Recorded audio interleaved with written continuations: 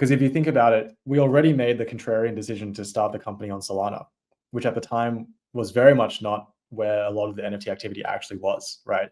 The majority, like 90%, was actually on Ethereum, even just from the outset, that we are not like dogmatically, aligning with like this chain or that chain. It's more just like, where do we think some of the new and exciting use case experimentation is going to happen?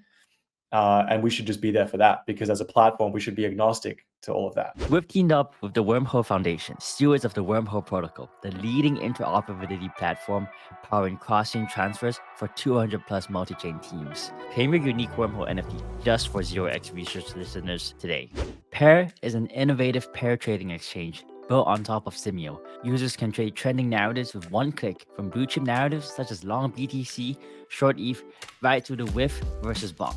The hat stays on. Simio's intent-centric architecture enables deep liquidity, source off-chain, and broad on-chain, and combined with Pear, has democratized access to complex trading strategies typically reserved for institutional traders. Avalanche is a smart contract platform that has a novel consensus protocol, subnet infrastructure, and the Hyper SDK toolkit, which allows Web3 developers to easily launch custom, powerful blockchain solutions. You can start building today by checking out the link below. Before we get into today's episode, just a quick disclaimer. The views expressed on this podcast by either myself or any guest are their personal views and do not represent the views of any associated organization. Nothing in this episode should be construed or relied upon as financial, technical, tax, legal, or other advice. All right, let's jump into the episode. What's up, everyone, and welcome back to another episode of 0x Research. We have a fantastic episode lined up today as we're joined by Zed, the co-founder and COO of Magic Eden.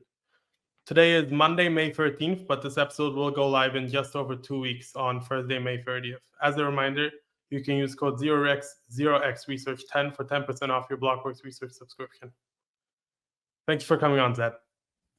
Hey, thanks for having me, guys. Nice to see you both. Before we get started, do you want to give a short introduction on Magic Eden and what you guys have built? Yeah, for sure. So Magic Eden, we've been around since September 2021.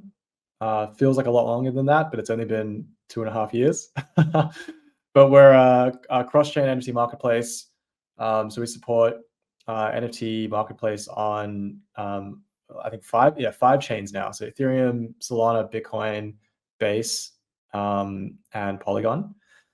And more recently, we've also become a multi-product company, in that as part of building out this cross-chain experience, we've realized that there's a lot of gaps and limitations to the ultimate user experience that you can offer to people who are coming to the product, and which is kind of what brought us down the path of building also a cross-chain wallet, which is the Magic Eden wallet. So yeah, it's been a pretty interesting journey across many NFT ecosystems, ups and downs of NFTs, and then now expanding beyond NFTs as well. So happy to dive in and talk about any of the above. Perfect. I think just to kick us off, I want to ask you guys about your shift towards the Bitcoin ecosystem. A few months back, I'm not sure exactly how long ago, but kind of want to understand like your decision process behind this and how you guys decided to approach this. Yeah, great question. It's funny because I feel like more people know about us for Bitcoin than, or at least it feels that way, than for anything else, which is kind of crazy because it's a relatively new part of our business. So I'll go back with just a little bit more background, and then I'll share about the specific Bitcoin decision.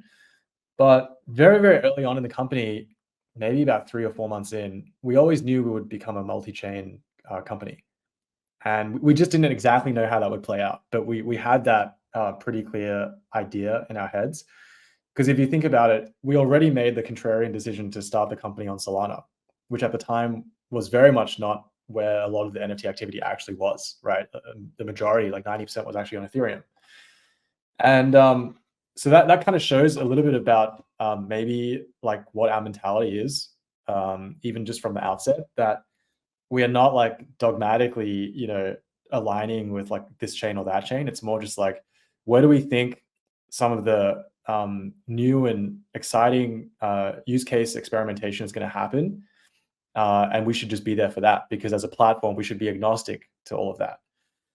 But if you would ask me when we started the company, would I have thought we'd be building on Bitcoin? I would have absolutely said no, with probably a lot of conviction, because I just didn't think it was possible, right? There was not really a way to do it.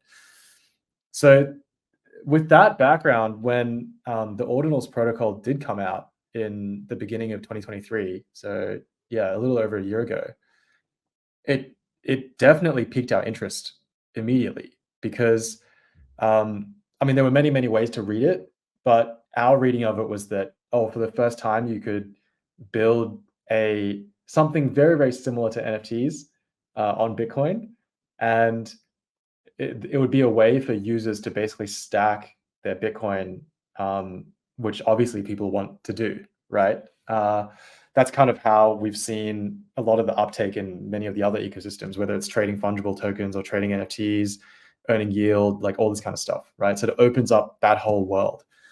And it didn't take us long to actually get conviction on the idea. I think it probably took us end to end about 2 weeks to get our head around, like, this is something we should do.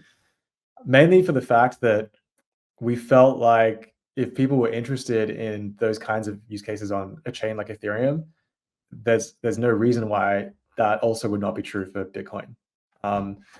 So this was early 23. We made the call. It took us about 3-4 weeks to kind of get started on building this, and from beginning idea conception to launch, yeah, probably about a month, and yeah, the rest is history. So I would kind of call it like, it's funny, people now sort of frame it as like yo, we totally changed the company to become a Bitcoin company. It's definitely not like that. But Bitcoin for sure has been a really exciting ecosystem, and it's become obviously a much larger part of Magic Eden, but it's definitely just one of the big steps along our journey to become a cross-chain company. Were there any like additional challenges with launching support for Bitcoin versus like any other particular, like say EVM chain or even Solana? I'm just curious about, given that it's a UTXO model versus a ledger-based system, I'm curious if there's just any other pain points that kind of came up in the Bitcoin process when indexing ordinals. Dude, so there were so many problems. Yeah. Yeah, I mean, I can't even count. It's like, yeah, too many to even mention. But number one, yeah, it probably took us number one, like a week or two just of scoping, just to see if it was possible to build a marketplace. Like that in and of itself, we were like not even sure if that was possible. It ended up being my co-founder Rex, he ended up just spending a bunch of time to do the diligence, and he came back and was like, yeah, I think the answer is yes, I think, but we've got to do some work here. And that was even before we even built the thing.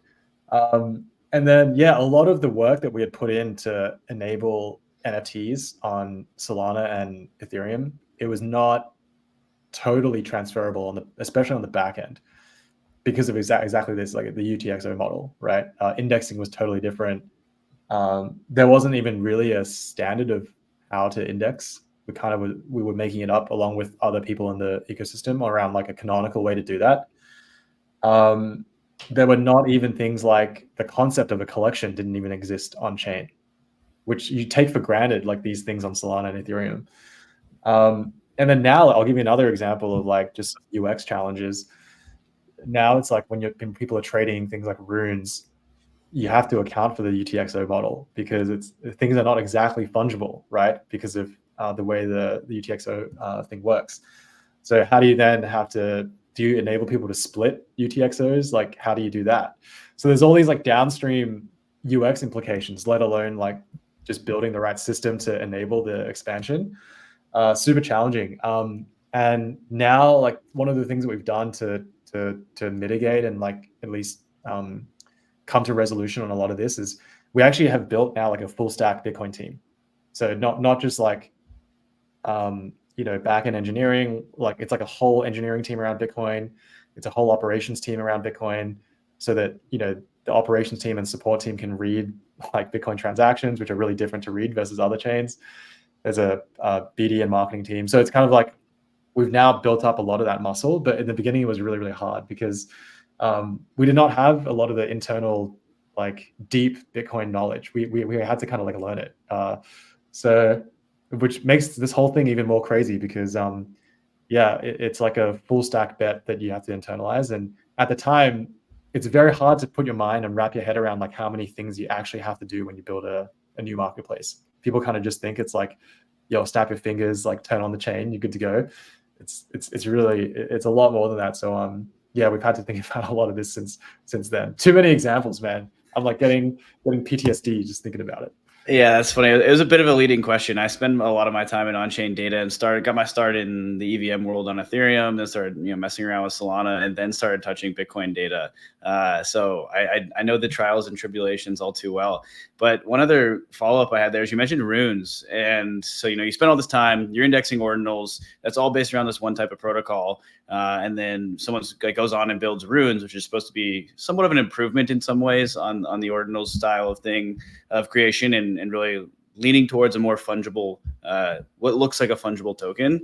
I personally have my doubts on whether or not it really feels like a fungible token, but I'm curious. So basically the point here is there's one standard you build around, and now there's like a new one. You're like, okay, so now you guys have integrated rune support.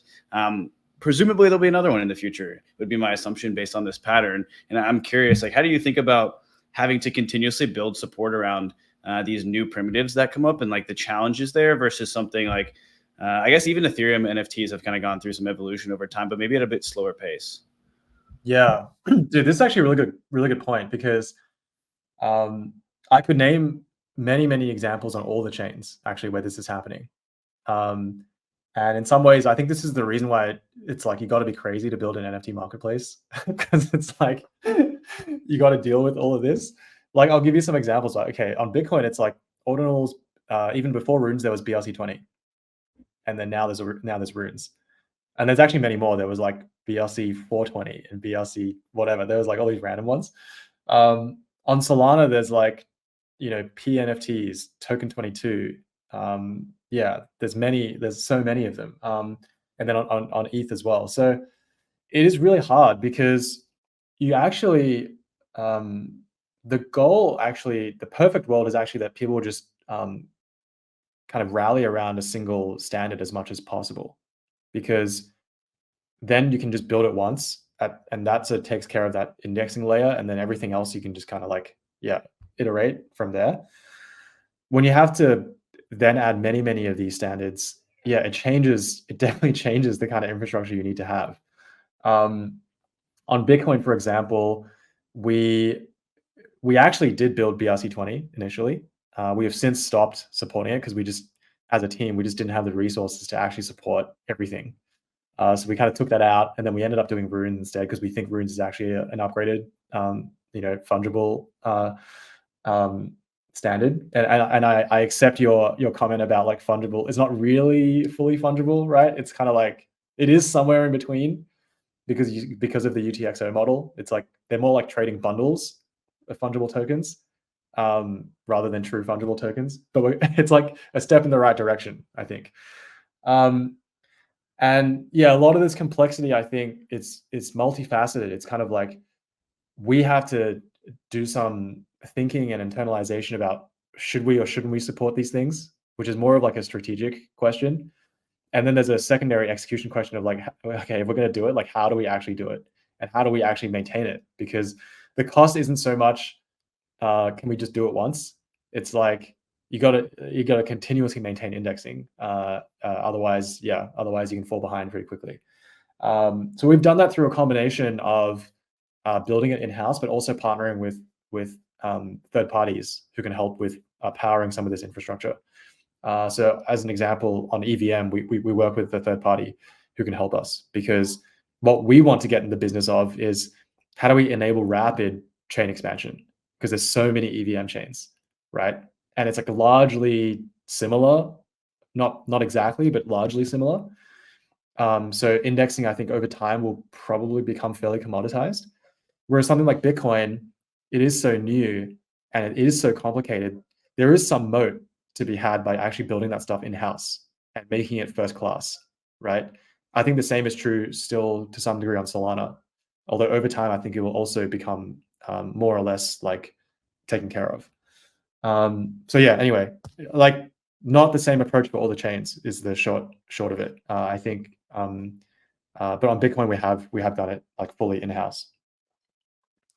I have I want to ask a bit about building on Bitcoin. The first thing is that it feels kind of like Ethereum and Solana, for example, they just naturally lend themselves out to some of like NFTs, for example. But on Bitcoin, especially with runes, there's a lot more pressure on the app layer where you have to kind of deal with some of these things as opposed to on the EVM and the SVM, it just naturally comes. How do you guys approach that? Like, how much do you want? You said you want to build most of these things out in-house because it's like important and strategic, but how does, let's say, like the community work, the building community work around that? Like, are there other builders who are like, look, we're gonna focus on splitting UTXOs and then you guys can exclusively focus on marketplaces? Or are you as Magic Eden trying to, let's say, bring that all under one app? Yeah. It's this is exactly the exercise that we've gone through a few times now in Bitcoin. And I'll give you guys a real example of something we talked through as a team, just to give people a bit of insight into some of the sausage making behind the scenes, which, by the way, is not always very pretty. But for runes, yeah, because it was so new, like the thing was going live on halving day, and no one, it's like not as if you could build it and then test it, because it's the thing itself is not even live. So it's like kind of a weird, it's probably one of the weirdest launches that I've ever been a part of. Because usually you kind of build things in a way that's like, it's like iterative. You go into beta and then you like make sure that everything works, and then you kind of release from there. So there was definitely a question of like, what should we actually build? And it's like, do you want to build the trading experience? Do you want to build the etching and minting experience? Do you want to build the discovery experience? Do you want to build splitting? Like, there's all like basically that entire like these set of surfaces, right? And I actually will just we actually were originally going to build the discovery experience first, because we were not like that confident that we could build an actual trading experience for day one, because it was so like time compressed. And eventually we figured out that we could probably build the trading experience, so we ended up building that first. And to answer the original question of like, do we want to just do everything? The answer, I think the answer is definitely not, because there's actually too much to build. And I'll give you an example of one of the things we did in the early stages was because we were not going to build minting and etching on runes, we decided to work with a couple of partners on that. So if you see on Magic Eden today, there is like a minting runes button that takes you to Luminex, for example. And like Luminex has been an amazing platform to like just discover all the things that are like in progress minting. And then they have a link back to Magic Eden for like post mint, like trading these runes, right? Which is great, because that allows us to focus on making the trading experience really, really good, which there's just like more than enough to do right now. And we can continue to work on like, how do you bring more of the minting volume and everything towards Magic Eden, like over time. But super happy to be working with others on that. And my broad philosophy on it is that even if you look at NFT ecosystems just on other chains, there's actually so much depth that goes into it, right? There's like all of these platforms, products that focus on various parts of that chain. It's like, you need someone who's going to do pre-sales. Someone's going to do like whitelist tools. Someone's going to do like analytics. Someone's going to do NFT marketplace. Over time, maybe there's some convergence and consolidation, but I think it doesn't really make sense to do it at the very, very beginning, or like the early stage of when an ecosystem is getting built out.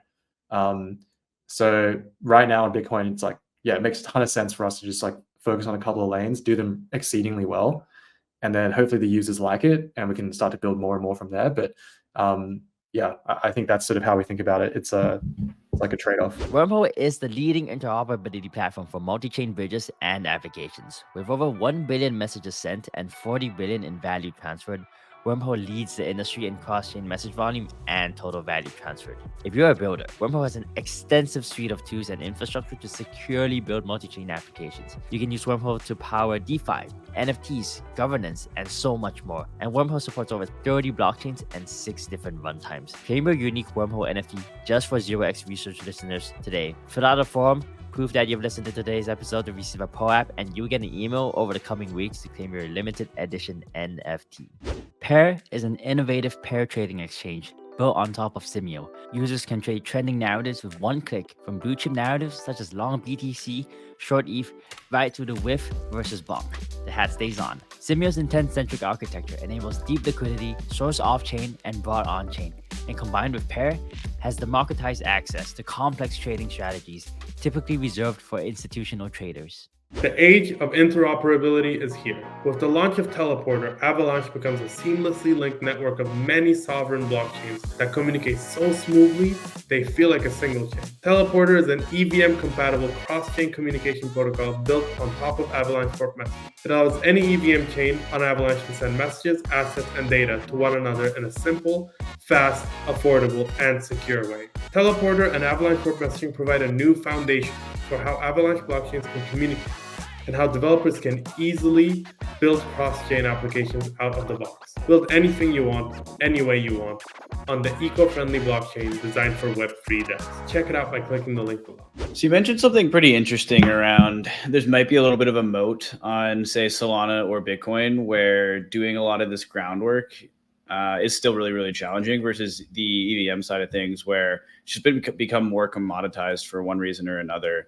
And if I pulled up nftpulse.org here, and it's just like a breakdown of volumes by chain and then marketplaces on those chains. And Magic Eden has done 55% of volume on Solana over the last month and 78% for Bitcoin, versus, much lower percentages when you look at like something like Ethereum mainnet, Polygon, or Base, or 3 EVM chains. And so I'm curious, do you think that plays a role in kind of why you guys are outperforming relative on Solana and Bitcoin relative to the EVM chains? Or is that just more a broader reflection of your business decision to focus on Bitcoin and Solana? Ooh, good question. I think I don't know if it's either of those reasons. I think that, yeah, it's sort of it's like multifaceted in that there's definitely some element of this that is like what is Magic Eden's unique ability to penetrate in each of these markets, right? And if you look at the history of Magic Eden and where we've done well, is we've done really, really well when we've entered markets that basically have a lot of it's like high velocity of activity, which that was what drove a lot of the our Solana business basically in the early days, even till now. And we through that we developed a lot of brand recognition as being the main sort of place and the main venue to access Solana NFTs. And I think that's also true for Bitcoin, where we were pretty early, right? We weren't. I don't think we were the very first. We were maybe the second or third. But we're there very early, and then I think we also built a lot of infrastructure for the whole ecosystem, like open sourced a bunch of our stuff. And I think that actually probably is more to do with it. It's sort of like entering the ecosystem at the right time, and then having the right product and shipping velocity to then match the ecosystem such that you develop that brand recognition. And I think that on EVM, we've generally been very, very late entrants. That's true, I think, for all of those chains, actually, ETH, Base, and Polygon. But I think that's actually okay, because I think that the way that I see the NFT market as a whole sort of evolving and our place in it is that it is kind of unnatural in some ways for a marketplace to have 90-80% of the market, because at the end of the day, it's it is basically open liquidity, right, across everyone, because it's all on chain. And therefore, I think the real moat is just over time, as more and more assets and value is kind of split across many chains, you kind of want to be the layer that is able to aggregate as much of that as possible, such that all of the inventory just becomes available. And therefore, you might it might work out that maybe you're 30% of all the markets, but that actually is massive because it becomes such a fragmented space over many chains. And we'll start to see less trend towards like one player becoming like 90%. And I think that's already becoming generally more and more true on definitely on EVM, and then I think probably over time on the other ones too. So yeah, I think even though it's sort of quite a different profile, we kind of look at it at an aggregate level across all of the ecosystems, and that's sort of the drive and motivation for us to then add as many ecosystems as possible. What are I mean, as you mentioned, you guys were really, I don't think you were the first. I think there were like 2 marketplaces before you, but when you entered Bitcoin, I feel like was the right time to enter Bitcoin, because before it was just way too difficult to use. And like you guys shipped a proper product, especially under Magic Eden name. It was like, I think it was a good entry. What are some other, let's say, EVM or non-EVM chains that you guys are looking to expand into? Or do you see any other of these? Because you kind of talked about fragmentation of liquidity across multiple chains. How do you see like Magic Eden approach that? You said you want to be a layer, but what are some, I guess, like over the next 6 to 12 months, where do you see Magic Eden expanding more into? Yeah, definitely. Yeah, so I don't think we're going to be able to expand like to every single chain. But I think definitely we will be adding quite a few more through to the end of the year. The exact ones TBD. Well, I think that we're doing like a lot of diligence and kind of scoping it out. But I think a few that we're keeping an eye on for sure are some of the other EVM L1s. Like that's like a definitely and I include like the parallel EVMs as part of that, right? So like it's like Avalanche, like Say, Monad, like, and maybe the latter two are kind of more like Monad towards the end of the year, right? Given their timeline. And then keeping an eye on like a bunch of the L2s. I think in general there hasn't been as much activity in L2s. At least that's from what we've observed. Obviously a lot on a bunch on Blast, sort of like incentivized volume that's happening on Blast at the moment. But other than that, I think we're seeing relatively little. And there's also a pretty interesting set of Bitcoin L2s that are coming to market. I use L2s generously as well as a term for Bitcoin. They're not like true native Bitcoin L2s, but they are like, it's kind of like what Polygon was to Ethereum, right? Before they were like true optimistic rollups and things like that. So keeping an eye on that. Like I was just in Bitcoin Asia the last 4 or 5 days, and that was a huge, massive theme of that entire week. People were pretty excited about just some of the experimentation on L2s. So I think that's another area we'll be keeping a pretty close eye on. With regard to Bitcoin L2s, I assume that those will be easier to integrate with than it is with the Bitcoin main chain, right? Because like those building on top of the developers, they're ensuring that they have more compatibility than Bitcoin does. Yeah. A lot of them are actually going the route of like EVM compatibility. So it kind of, it's like oversimplification, but kind of just adding another EVM chain. So we'll see. But there are also different approaches. Like some are trying to use like other technologies as well. But for the most part, I would say most of them are generally taking some kind of EVM approach. So TLDR is like just more chains, which is kind of crazy. It's like we don't know if we need a lot more, but that's what we're getting. So that's the world we're entering into. And you mentioned doing due diligence on these chains before you launch on them. Could you kind of walk through what you guys consider as a marketplace before you launch on a new chain? Yeah, it's a mix of both technical diligence, in the sense of like we want to get a really strong and robust technical understanding of how the thing works, not just for our own comfort, but also if we can see if there's any like technical innovation that we can bring to the table as a result, right? Solana is like the perfect example, where we wanted to build it on Solana originally because it was really fast and cheap, right? So then we thought we could actually build it different a different NFT experience to what was available on Ethereum L1. And same as for Bitcoin. It's like super slow and expensive. It's like the opposite, but at the same time, you can build stuff that's really different there, because it's inscriptions and all of that, right? So that's the first thing. We sort of really deeply understand what's technically possible, because then that drives the user experience that you can end up building. Then the second part of it is more like, this is, I guess, more applicable to chains and ecosystems that are like live, which is what is actually happening there. Like, what is our point of view on where we think this chain is going to go? Because when we add chains, it's not just like we add it as like something in the code and then onto the website. It's like like what I was saying before about Bitcoin, we mobilize like a whole team, like a set of people around it.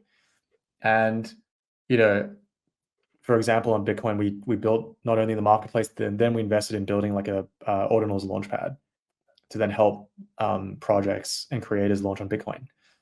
And for us to enter the market with a strategy like that, it's like you have to believe then that like creators will want to come and do this. So why do they want to come and do it? Why do they want to do that over, say, launching it on any of the existing chains today? Like, what's in it for them, right? And we have to have like conviction around that answer. And maybe the answer is different, and it's like some other way we think the chain can grow. But I think we have to we do the diligence to get conviction on that before we go launch there, because we know that the opportunity cost of launching there and then nothing happening, which isn't always totally in our control, that's a pretty big opportunity cost, because we could be working on many other things in the company. But I think that's basically the two things: technical and then like ecosystem, getting a view on like how bullish is everyone on this chain, what's the activity, who are the users, who are the creators, will other use cases emerge, like that kind of stuff. Yeah, it makes sense that there's a bit of like a qualitative and quantitative aspect to weighing that out. And I'm curious how this parlays into your new wallet. The launch of the wallet is relatively recent and starting to get some great traction. And as I've actually used it, and it feels good. It's comfortable. It's been a great UX for me personally. And I'm just curious, all right, so how do you think about the bifurcation between the wallet and the actual like web product, right, or the marketplace? Like, if you're going to add support for one, will you always add support for the other, or are these sort of like two independent products that are growing both under the Magic Eden umbrella, but kind of at their own speeds? Yeah, dude, that's a great question. So, because it's good, because it's something we've been actually talking about quite a lot internally recently.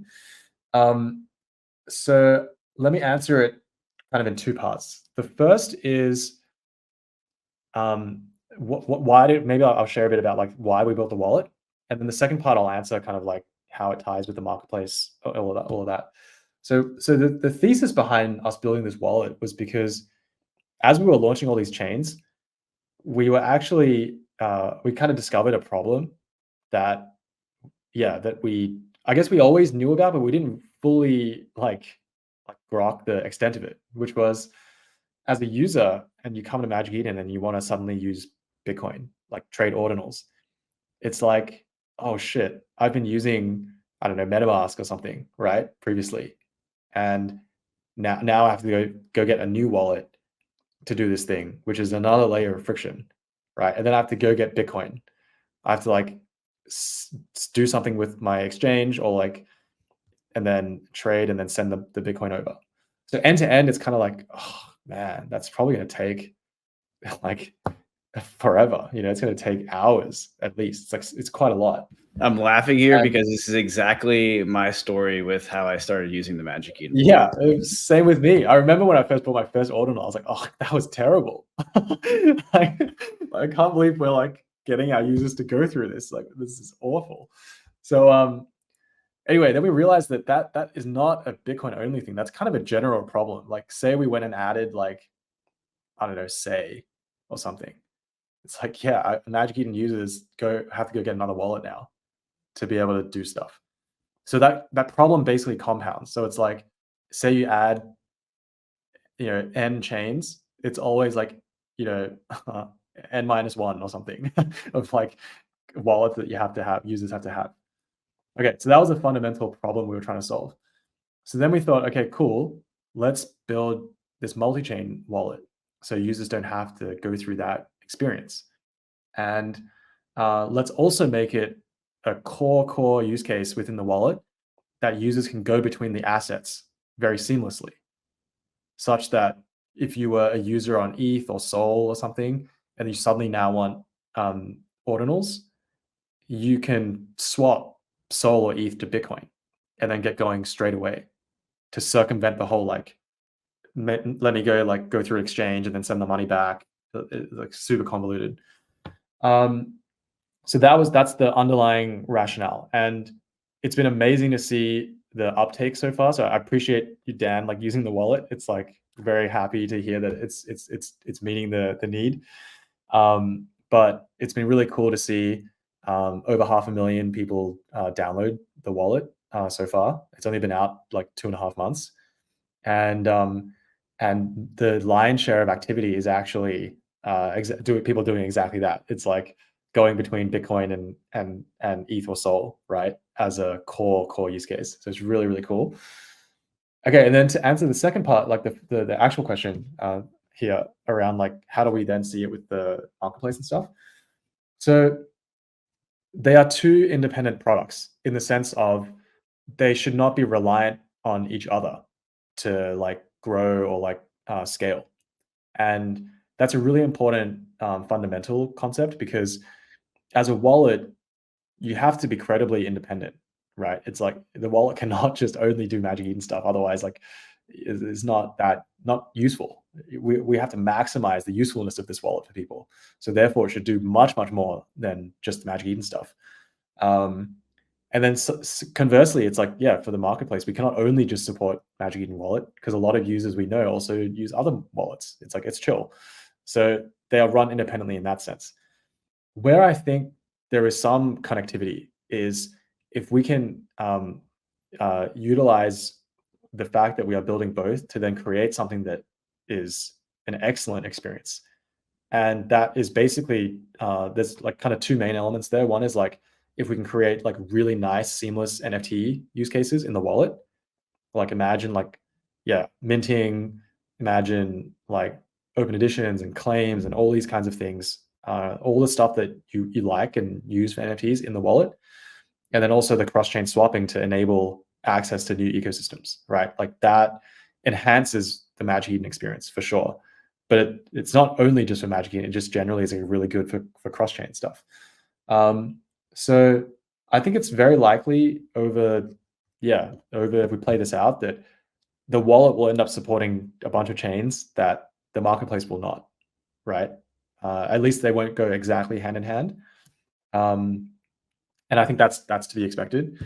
But we will be finding ways to like drive really nice experiences for chains where they both are supported, because yeah, there's some like delightful things you can do once we can connect some of the core like NFT and trading use cases between the two. So more to come on that front. But the first step here is just get it out with some of these core chains and get people like minimizing the effort and friction to go between them. And I think so far it's been doing amazing.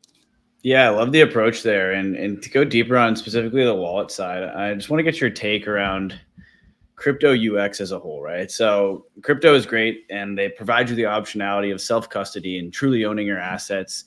But I have to imagine that the average NFT trader probably doesn't want like if you of the spectrum of like maxing out your security versus maxing out your UX. My gut, which this could be totally wrong, but my gut would be most people probably want to maximize the UX in their trading experience. And so when just even like the thought of managing a private key and having to like log in with this one password, and if I forget it, I better hope I wrote down my my seed phrase correctly, and all of the steps that are required in self custody. And I'm just curious how you think about that, because I could imagine a world where we have some like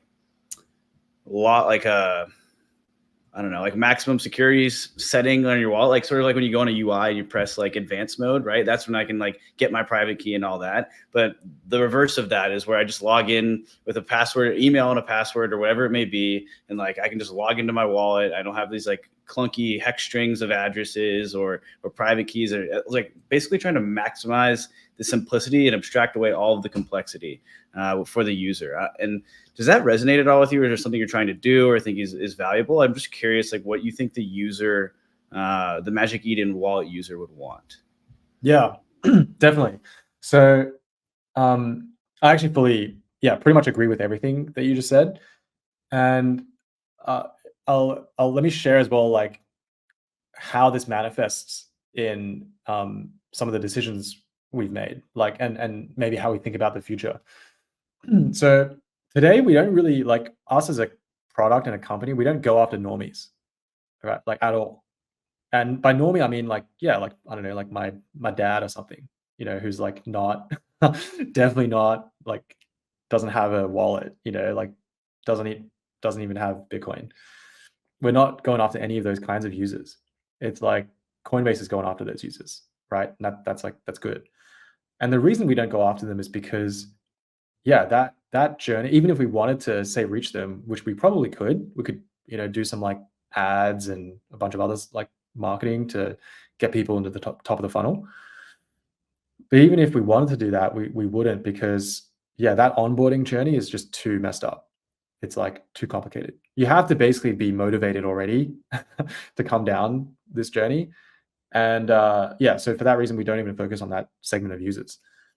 So I really actually agree with what you were saying about, I don't know if these are actually my words of describing it. It's kind of like a graduation path where there is some like very seamless like a social login experience to create like an account, create a profile, which maybe has a wallet behind the scenes that the user doesn't really know about, and get them using Magic Eden and a bunch of the stuff that we have. And then once they are doing like enough transactions, or they've hit some amount of value in their wallet, then it makes sense for them to be like, yo, you're sufficiently kind of down this rabbit hole. You like go download like the Magic Eden mobile wallet now, which is purely non-custodial, right? And then start using that instead. And that I think is basically the journey that we want to get to.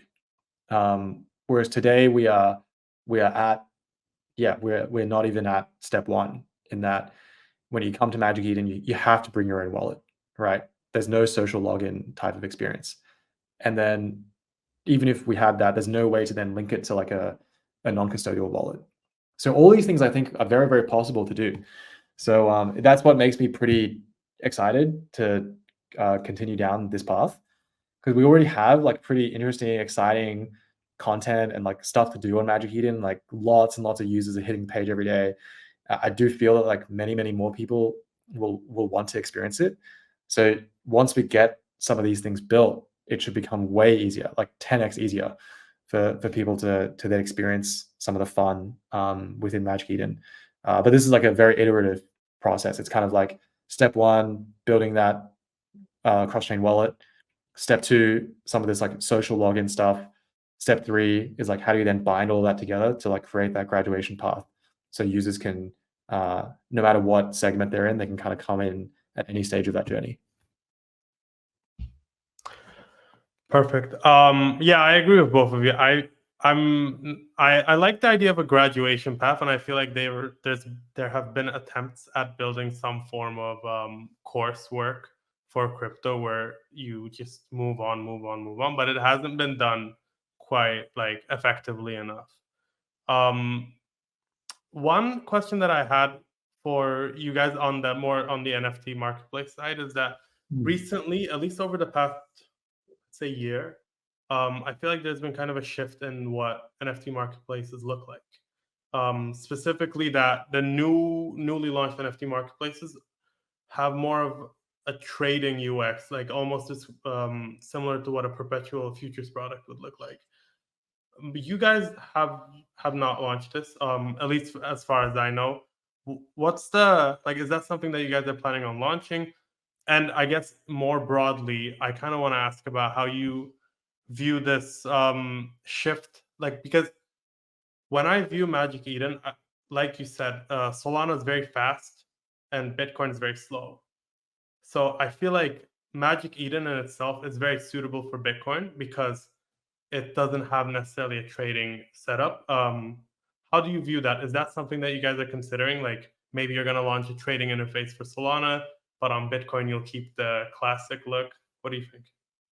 Yeah, I think the answer here is actually more based on what does the future look like for the actual assets? Like what kinds of assets are these?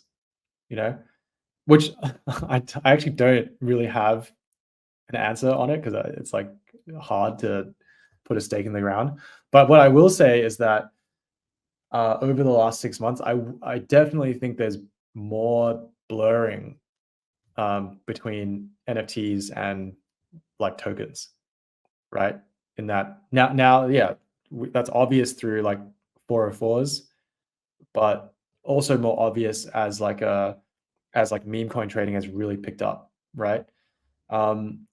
So to the degree that that trend continues, yeah, I do think it's valid to basically explore more of these like trading related experiences.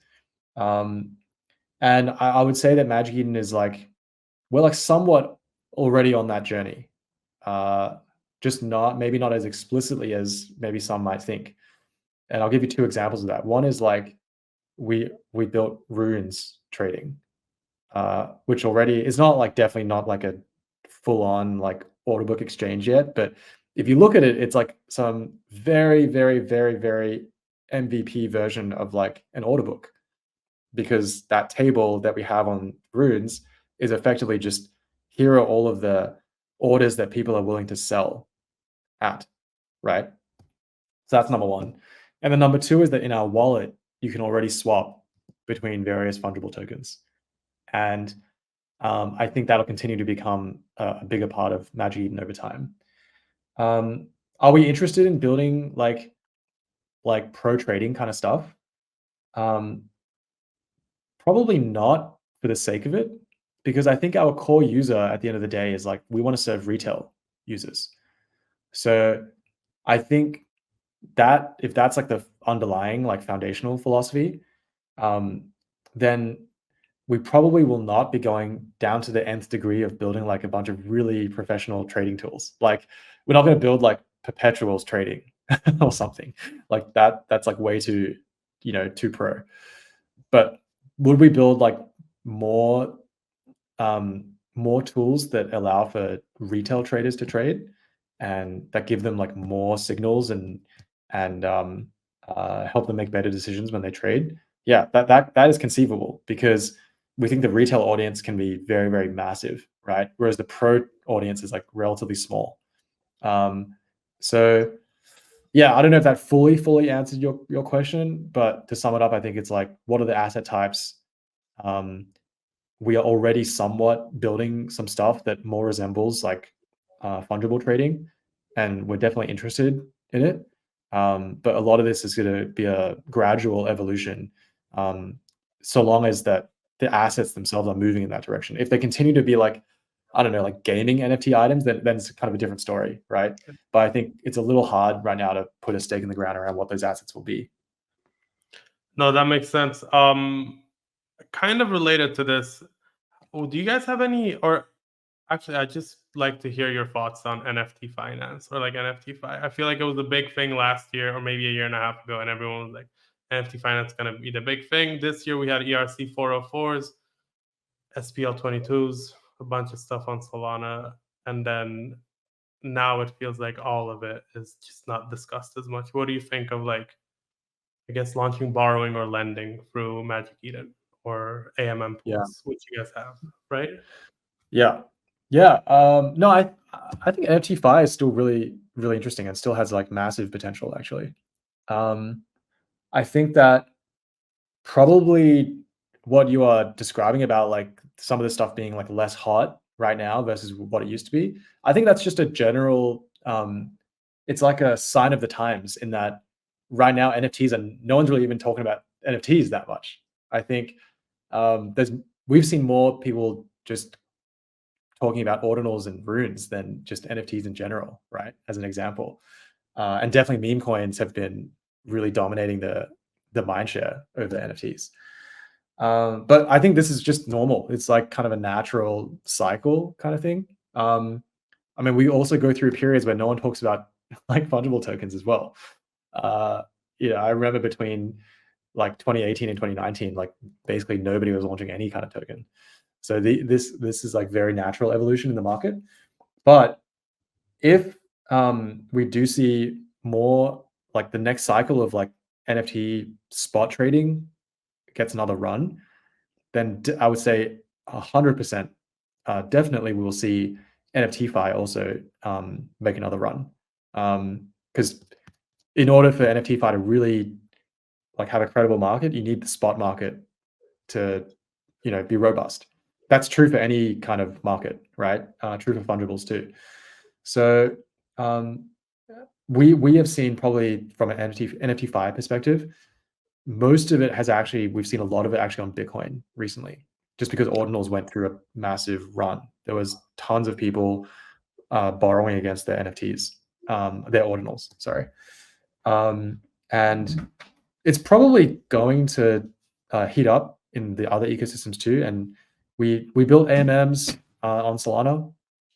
So you can kind of use AMM pool, like deposit into AMM pools for NFT collections on Sol.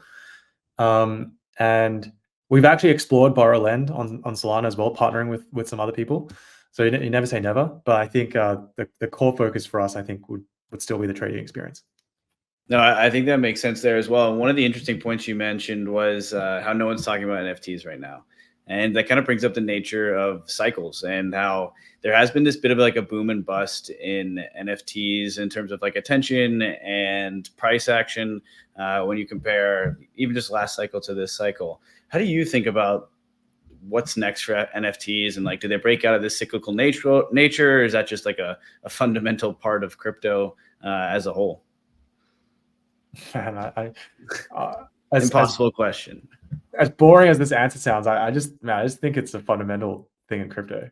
Like, it's kind of like somewhat personally, I'm like desensitized to it all now after sort of 7 years of like doing this. In some ways, I do think NFTs is definitely like even more cyclical, right? Because at the end of the day, yeah, it is like yeah, they are like inherently speculative in some sense. I do think that this will continue over time, and we'll continue to see sort of like ups and downs in the NFT market. But what is true, I think, is that the catalyst each time is going to be different. And that's why I think it's pretty cool. We like what we're seeing now with like, yeah, the last 6 months, like ordinals and runes, and then what we're seeing now is like a lot of people excited about some like new ways to use NFTs, like this like trading card fantasy top game, right? It's slightly like definitely a twist on how NFTs have been used and traded, which is definitely a really interesting catalyst. There will be many more catalysts, but just given the nature of, yeah, these are assets that are tradable, so they're just markets that go up and down. I just think that we're just in for more cycles. For us, like, it doesn't really impact the way we make decisions or how we prioritize things, because, as I said before, like, we just want to be the platform that's relatively agnostic, right? It's like, just be the best place that people can trade these assets that get created, in the same way that, yeah, like Coinbase should just be the place where any type of token can just be bought or sold against USD. That's like their core business. I think that's kind of true for us as well, except anything sort of like on-chain value, we want to be part of that, right? Like any kind of on-chain value, no matter what the asset type, we should be the sort of the fundamental place where people can access that and discover that. So yeah, just up down, just down for it, just ready. Perfect. Zed, do you have any parting thoughts for our listeners? What does Magic Eden look like in, let's say, 6 months to a year? Is there anything that you would want them to specifically look into that they should do? This may be a little bit of alpha for your users. It's like I think the best surface that they should check out over the next 6 months is definitely the wallet, because there's a lot more coming. Yeah, a lot more coming that I think people will be pretty delighted about. So if you're gonna pick one thing to do on Magic Eden, if you're not already on Magic Eden, it's you should download the Magic Eden wallet. Perfect. Thank you very much for coming on. Yeah, thanks for having me, guys. Appreciate it. Yeah, been a pleasure. Cheers. We have teamed up with the Wormhole Foundation, stewards of the Wormhole Protocol, the leading interoperability platform powering cross-chain transfers for over 200 plus multi-chain dApps. Wormhole isn't just a bridge, it's the leading interoperability platform for multi-chain applications. So go and claim your unique Wormhole NFTs just for 0x Research listeners today. Hit the link in the description to fill out a form and to prove that you've listened to today's episode and receive a POAP. You get an email over the coming weeks to claim your limited edition NFT.